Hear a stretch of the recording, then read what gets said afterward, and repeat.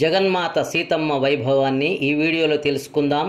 జై శ్రీరామ్, జై సీతారాం. ఇక్కడ సీతమ్మ వారు ఆమె యొక్క వైభవం ఏమిటి అని అంటే వంద్యాం జగన్మాతరం అన్నారు. అంటే ఆవిడ జగన్మాత, అస్మన్మాతరం జగన్మాతరం, అంటే మనందరికీ స్వయంగా ఆవిడ తల్లి, అంతేకాదు జగత్తుకు తల్లి అని త్యాగరాజస్వామి వారు అంటారు. అక్కడ అందరికీ తల్లి అయినప్పుడు తనకు కూడా తల్లి అవుతుంది కదా, మళ్ళీ అస్మన్మాతరం అని మళ్ళీ నాకు తల్లి అని ఎందుకు చెప్పాలి అని అంటే జగన్మాత అయినంత మాత్రాన్ని సరిపోదండి, స్వయంగా తనకు తాను భావించాలి ఎవరికి వాళ్ళు, అంటే నా తల్లి అని అనుకోవాలి అని.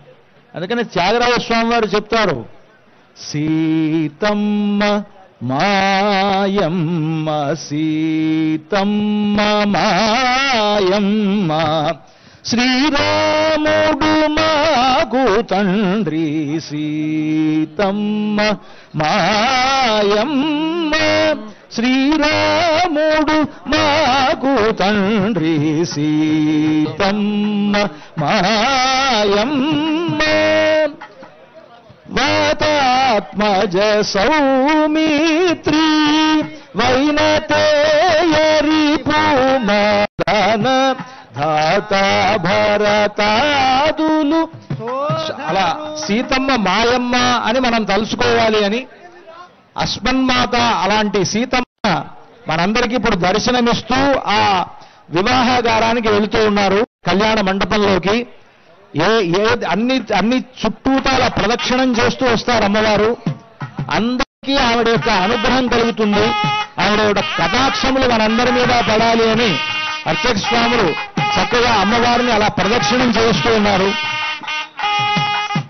ఆ అమ్మవారి యొక్క అనుగ్రహం ఉంటే మనం సాధించలేనిది లేదు కనుక అలాంటి సీతమ్మను నా తల్లి అని మనం అనుకున్నప్పుడు ఆమె ఏంటో మనకు భక్తి శ్రద్ధలు ఏర్పడతాయని సీతమ్మ మాయమ్మ శ్రీరాముడు మాకు తండ్రి అని ఆ బంధుత్వం భగవంతుడితో మనకు ఉండాలి, అటువంటి ఒక ఆప్యాయత మనలో ఏర్పడాలనేటువంటి అభిప్రాయంతోనే వంద్యాం జగన్మాతరం భౌమీం భూమి భరాపహారి తరుణీం. అమ్మవారు ఎవరు అనంటే రాముడైన దశరథ కౌశల్యానందనుడు అవతరించాడేమో కానీ అమ్మవారు మాత్రం ఆవిడ అరోనిజ అన్నారు. ఆవిడ ఫలానా జనక మహారాజు తండ్రి అని ఆవిడ అనుకున్నది, కానీ జనక మహారాజుకు స్వయంగా సీతమ్మ వారు కుమార్తె కాదు. అమ్మవారిని చక్కగా దర్శించండి, అమ్మవారి యొక్క అనుగ్రహం మనందరి మీద కూడా ఉంటుంది.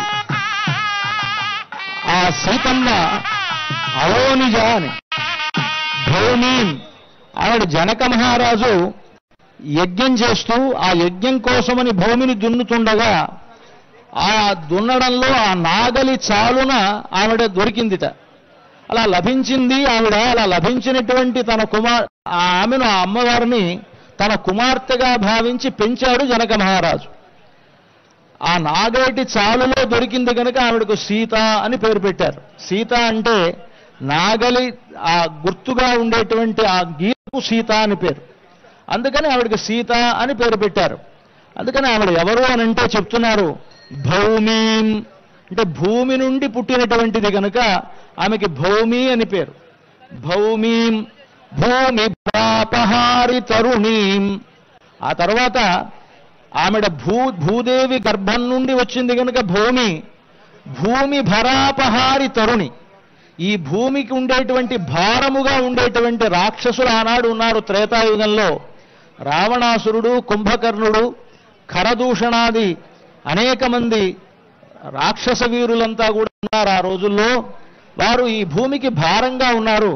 అటువంటి ఆ భూమి భారాన్ని తొలగించడం కోసమని వచ్చినటువంటి రామచంద్రమూర్తికి భూమి భరాపహారి, భూమికి భారంగా ఉన్నటువంటి ఈ రాక్షసులను సంహరించి ఆ భూమి భారాన్ని తొలగించినటువంటి ఏ రాముడైతే ఉన్నాడో ఆ రామచంద్రమూర్తికి భూమి భరాపహారి తరుణీం, ఆయనకు భార్యగా ఉండేటువంటి ఆవిడ.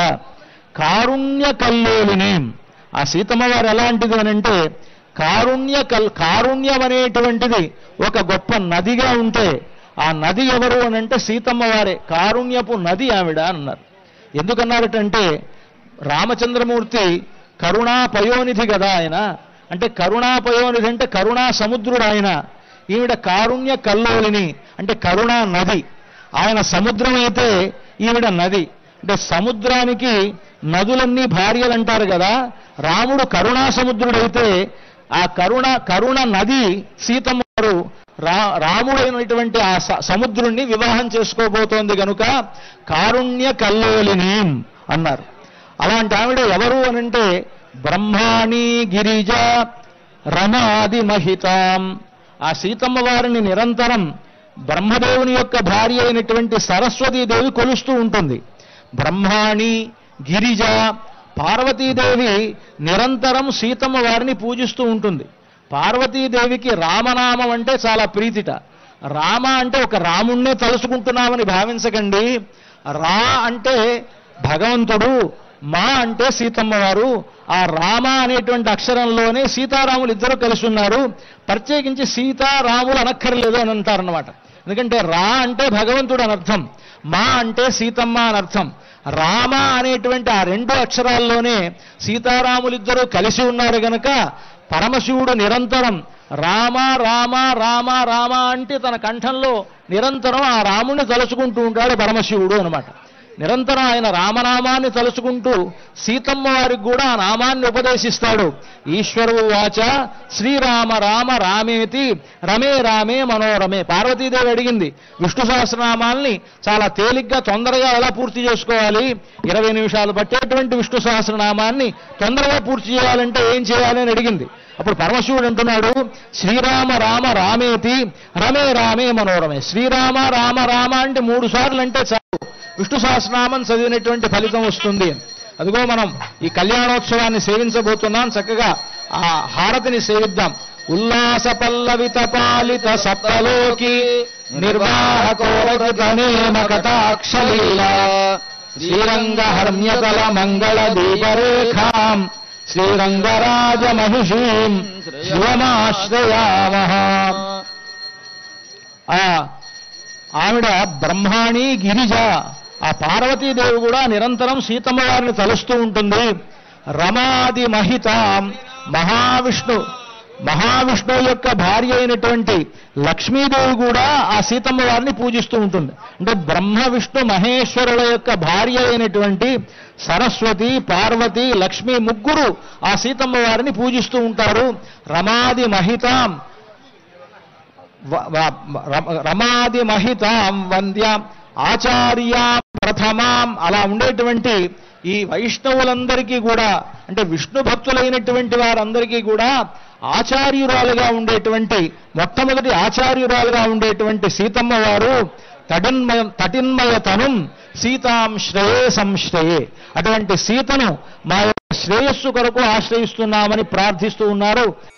ఓం లక్ష్మీ నరసింహాయ నమః.